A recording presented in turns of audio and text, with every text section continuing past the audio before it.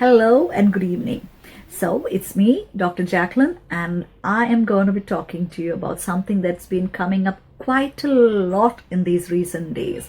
I've been getting so many inquiries about the different tests that we're hearing for the coronavirus. So I thought we are in high need for a simple video to explain the different tests. Okay.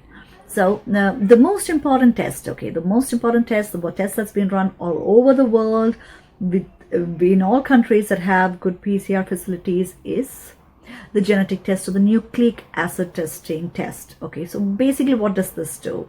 It's called the reverse transcriptase polymerase chain reaction test, and it tests for the viral RNA, the nucleic acids within the virus. So actually, if this test comes out positive, you know that person does harbor the virus in it. Okay, it's a very direct test. It tells you, yes, bang, this person, he has viral load within him. Okay, but they haven't developed it as much to correlate viral load with the test as of yet, but it is highly specific and it's a great test.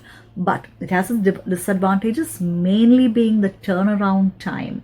It takes several hours to days for you to get the result and for that to come back to the clinician or to the hospital. So there are new tests now available called the point of care test, being licensed, approved in different parts of the world, which you can do with a tiny little pinprick and a drop of blood.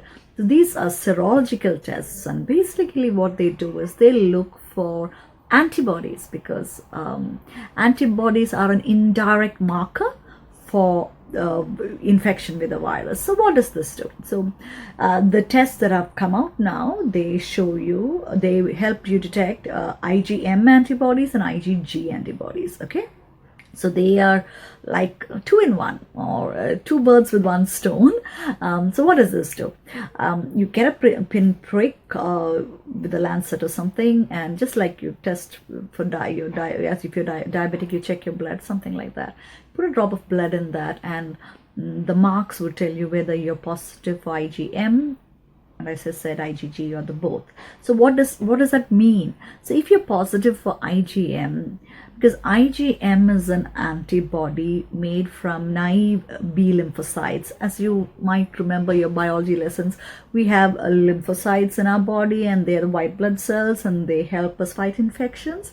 So of course, lymphocytes are of two kinds, B lymphocytes and T lymphocytes. So it's B lymphocytes that usually mediate the antibody or the humoral response. By the way, I do have a background in immunology. I have a master's from Sydney University in infection and immunity, and that's why I'm going into a bit more detail to help you understand this. Okay, so it's part of a humoral response, and the B lymphocytes, the naive, the kind of the new innocent B lymphocytes, let's look at it like that.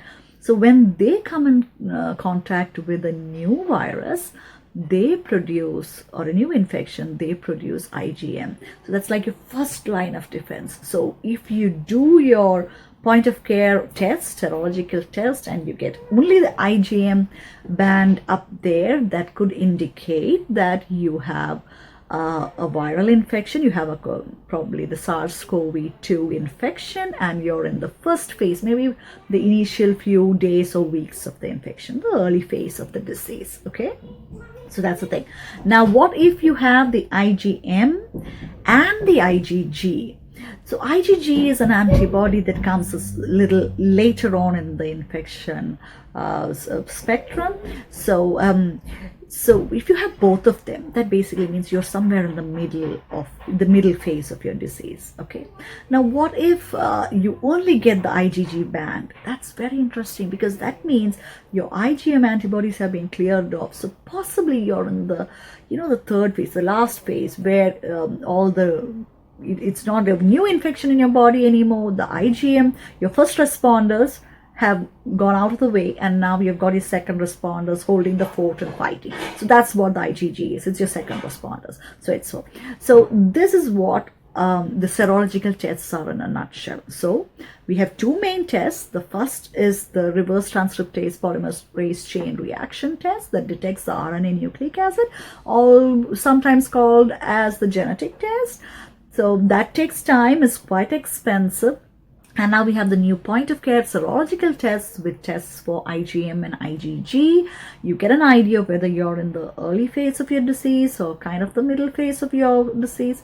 I think if I say use the word disease, it's wrong. It's basically the phase of your disease fighting potential, because in the early phase of its fight, IgM is produced. Second phase, we have a little bit of IgM and IgG, and then the IgM dies away, and then you have just the IgG. So I hope this clarifies what this new test is all about and what information you can gather from that. Another point to note is, if you do turn positive in the the serological tests, this needs to be followed up by a PCR. So that will help reduce the burden on the PCR facilities. That's the main thing that it can do, and this is far quicker, far faster. They say you may get a result within the next 15 to 30 minutes. So yeah, so this is a lot of immunology down in a nutshell, just about COVID testing. Okay, so if you have any queries, shoot me a question, type it in the comments below, and if you haven't yet subscribed, please do subscribe and click on the bell icon for notifications. Thank you so much for listening. It's been my honor. I've been honored to be able to talk to you all about this at this very difficult juncture. And be safe, stay safe, and keep your physical distancing.